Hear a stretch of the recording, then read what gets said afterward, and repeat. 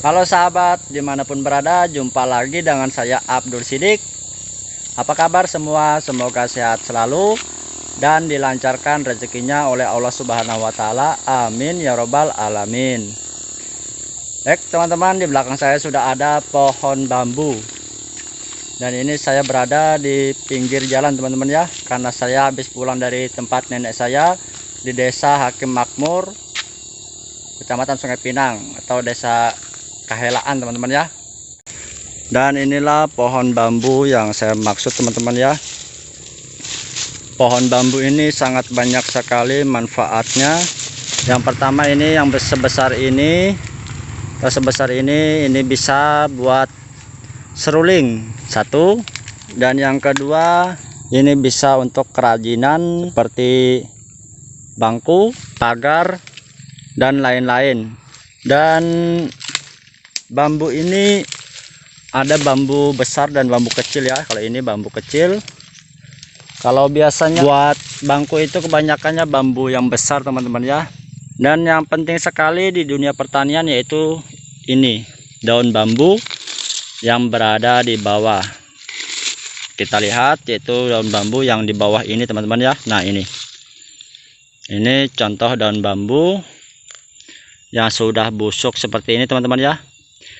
Ini manfaatnya sangat besar sekali, yaitu kita bisa gunakan sebagai pupuk kompos atau pupuk organik cair yang kaya dengan unsur fosfor dan unsur kaliumnya teman-teman ya. Ini kita fermentasikan, kita buat POC, sangat bagus sekali. Dan usahakan cari yang di bawah sini, bukan yang di atas sini. Ini yang masih baru, tetapi kita carinya yang sudah lama, yang sudah membusuk seperti ini, yang sudah lembab di bawahnya seperti ini. Ini yang sangat bagus teman-teman ya. Dan masih banyak lagi manfaat-manfaat dari pohon bambu ini teman-teman ya.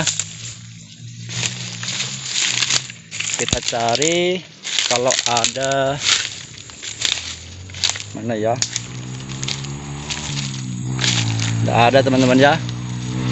Kita cari yaitu rebung bambu teman-teman ya. Kalau ada rebungnya, rebung bambu itu banyak juga manfaatnya, yaitu salah satunya bisa untuk disayur dan sebagai ZPT atau zat pengatur tumbuh ya teman-teman. Rebung bambu kita bisa gunakan sebagai ZPT, zat pengatur tumbuh, dan bisa kita campurkan dengan seperti air kelapa atau bawang merah. Daun bambu bisa kita gunakan sebagai pupuk, daun bambu yang busuk, dan bambunya bisa kita gunakan sebagai media tanam atau polybag atau pipa pralon, atau bisa kita buat sebagai pipa sebagai tanaman hidroponik teman-teman ya. Tetapi harus bambu yang besar. Kalau ini bambu kecil ini tidak bisa. Bambu yang besar kita buat sebagai tanaman hidroponik bisa. Dan juga bisa untuk hiasan rumah, mainan juga bisa, bangku, meja, dan pagar, dan masih banyak lagi manfaat-manfaat lainnya yang kita bisa gunakan dari sebuah tanaman bambu. Jadi bambu ini sangat banyak sekali manfaatnya teman-teman ya. Dari rebungnya, dari daunnya, dan juga pohonnya. Adapun manfaat dari pohon pisang adalah sangat banyak sekali juga teman-teman ya. Yang terutama ini jantung pisang. Wah, nggak terlalu kelihatan teman-teman ya. Jantung pisang, yaitu itu manfaat utama bisa kita gunakan sebagai ZPT, zat pengatur tumbuh, seperti tadi rebung bambu teman-teman ya. Dan selain bisa untuk dibuat sebagai ZPT, jantung pisang pun juga bisa kita sayur atau kita buat sayuran teman-teman. Serta buah pisang itu banyak sekali juga manfaatnya.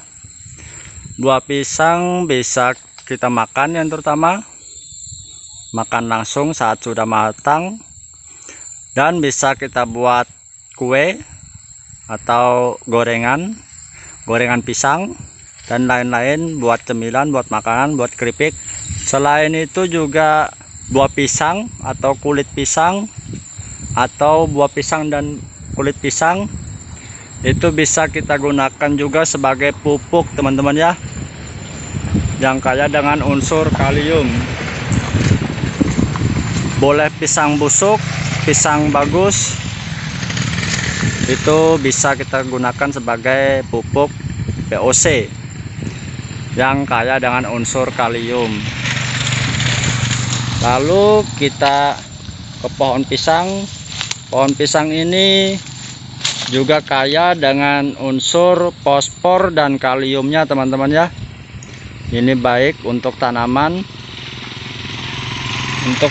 pembungkahan atau pembesaran umbi dan pembuahan teman-teman ya.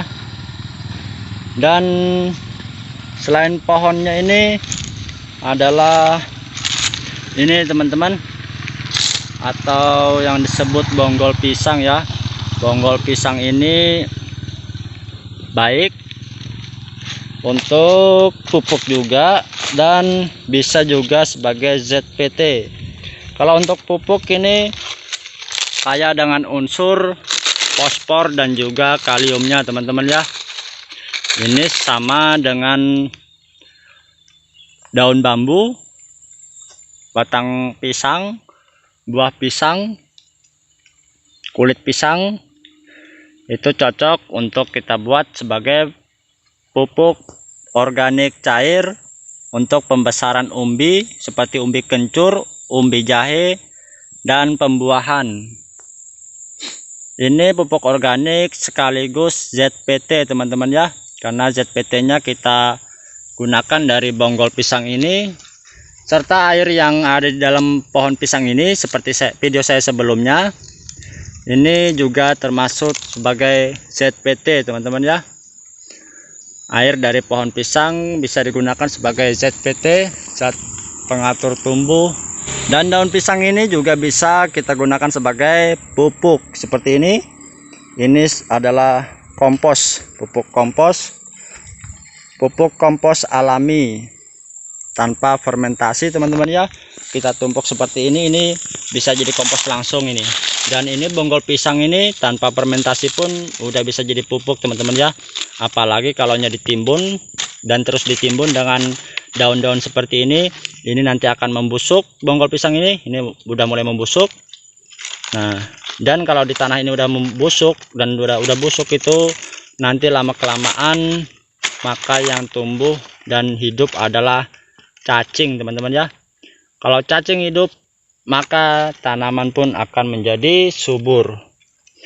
Dan contohnya kita lihat seperti ini banyak sekali kotor-kotoran cacing. Setiap kebun pisang atau pohon pisang pasti di bawahnya ada kotoran cacing seperti ini teman-teman ya. Nah, ini coba lihat, ini tanpa dipupuk pun cacing pasti banyak di sekitaran pohon pisang ini teman-teman.